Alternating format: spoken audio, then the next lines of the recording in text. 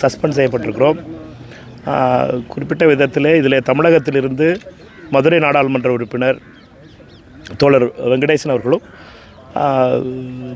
விருதுநகர் நாடாளுமன்ற உறுப்பினராக என்னையும், அதே போல் தெலுங்கானாவிலிருந்து சகோதரர் கிரண்குமார் ரெட்டி அவர்களையும், கேரளாவிலிருந்து திரு ஹைபி ஈடன் அவர்களையும், திரு டீன் கொரியகோர்ஸ் அவர்களையும், பஞ்சாபில் இருந்து அமிர்தர் சிங் ராஜா அவர்களையும், குர்ஜித் ஓஜ்லா அவர்களையும், மகாராஷ்டிராவிலிருந்து பிரசாந்த் பாட்லே அவர்களையும் மொத்தம் 8 நாடாளுமன்ற உறுப்பினர்கள் சஸ்பெண்ட் செய்யப்பட்டிருக்கிறோம்.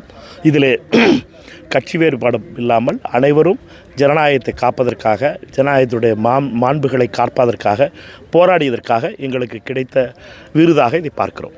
இப்போ நீங்கள் பேப்பர்லாம் கிழிச்சு போட்டதுனால தான் விதிமுறைகளை மீறிட்டீங்க அப்படின்றது தான் சஸ்பென்ஷனுக்கான காரணம்னு அரசு சார்பாக சொல்கிறாங்க. பேப்பரை கிழிச்சு போட்டதை பற்றி அவங்க பேசுகிறாங்க. அரசியல் சட்டம் கொடுத்துருக்கிற உரிமையை கிழிச்சு போட்டு நாடகம் ஆடிக்கிறதுக்கு 2 நாளாக பாஜக பள்ளிக்கூடத்தை நடத்துவதை போல பாராளுமன்றத்தை நடத்த முடியாது.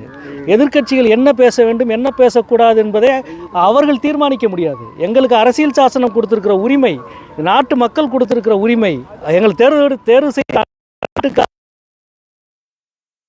இதை பேசக்கூடாது என்று தேசத்தின் பாதுகாப்பு பிரச்சனையை எதிர்க்கட்சி தலைவர் பேச முற்பட்ட பொழுது பேசக்கூடாது என்ற அவையிலே இருந்து ஆளுங்கட்சி தரப்பு சொல்லுவதை ஒருபோதும் ஏற்க முடியாது. பள்ளிக்கூடத்தை நடத்துவதை போல பாராளுமன்றத்தை நடத்த பாஜக நினைக்கிறது. அவர்களின் அதிகாரத்துக்கு நாங்கள் ஒருபோதும் அடிபணிய மாட்டோம்.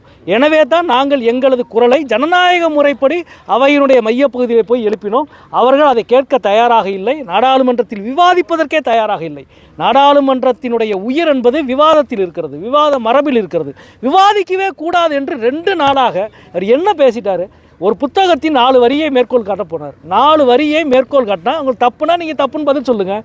எவ்வளவு நேரம் வேண்டுமானாலும் பதில் சொல்வதற்கு உங்களுக்கு உரிமை இருக்கிறது. பேசவே கூடாது. இன்றைக்கு அதையும் பேசலை.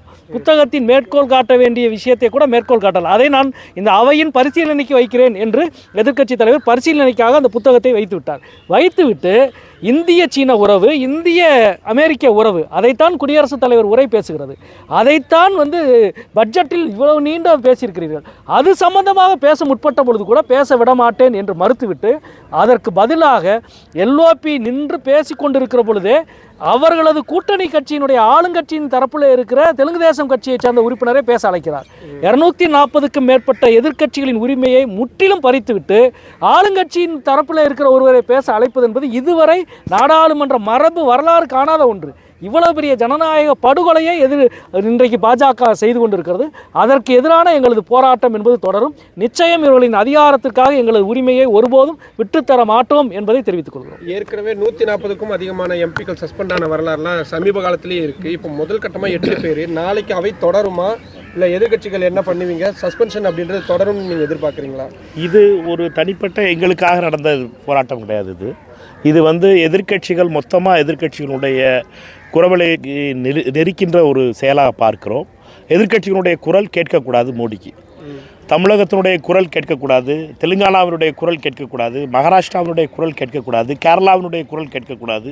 இதுதான் உத்தரப்பிரதேசத்தினுடைய குரல் கேட்கக்கூடாது, வங்காளத்துடைய குரல் கேட்கக்கூடாது மோடிக்கு.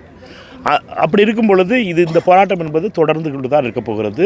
எங்களை பொறுத்த மட்டும் நாளை 8 பேரும் பாராளுமன்றத்திற்கு மக்கவர் துவாரிலே அரசியல் சாசனத்தை ஏந்தி எங்களுடைய 8 பேருடைய போராட்டத்தையும் வெளியிலே நாங்கள் தொடருவோம். உண்மையிலுமே என்ன பிரச்சனை சார்? இப்போ சீன விவகாரம் குறித்து பேசாம அவங்க மறுக்கிறதுக்கு என்ன காரணம்னு நினைக்கிறீங்க? புரியல. என்ன அவர் எதை மறைக்க விரும்புகிறார்கள் என்பதுதான் கேள்வி. சீனா ஜெனரல் நார்வனாவுடைய புத்தகத்தில் எழுதப்பட்டிருக்கிறதை பற்றி மறைக்க விரும்புகிறார்களா, அல்லது சைனாவிடம் அவர்கள் சரண்டரானதை பற்றி மறைக்க விரும்புகிறார்களா, அல்லது இந்த டாரிஃப் வந்ததனுடைய விளைவாக அமெரிக்க பிரச்சனையை பற்றி ராகுல் காந்தி பேசிவிடுவார், எப்ஸ்டீன் ஃபைல்களை பற்றி பேசிவிடுவார், அதற்காக பயந்து இந்த டாரிஃபில் இந்தியாவுடைய வேளாண் துறையை மொத்தமாக விவசாயிகளை வயிற்றில் அடிக்கின்ற இந்த செயலை செய்திருக்கிறார்களே, 0 டாரிஃபில் இந்தியா வேளாண் பொருட்களை இறக்குமதி செய்வதற்கான உரிமையை அளித்திருக்கிறார்களே, இப்படி பல வகையிலே சந்தேகங்கள் எழுப்புகின்றன.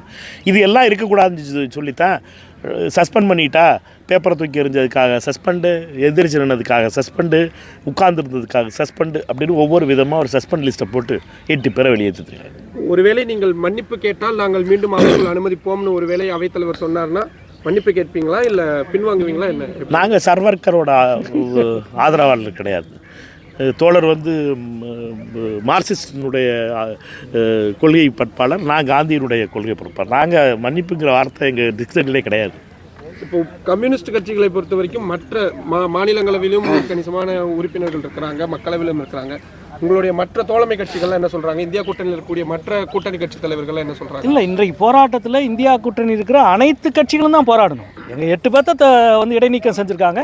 நாளைக்கு மற்றவங்களையும் இதே போக்கில் நிச்சயமாக விவாதிப்பதற்கு விடக்கூடாது என்று முடிவெடுத்திருக்கிறது ஆளுங்கட்சி.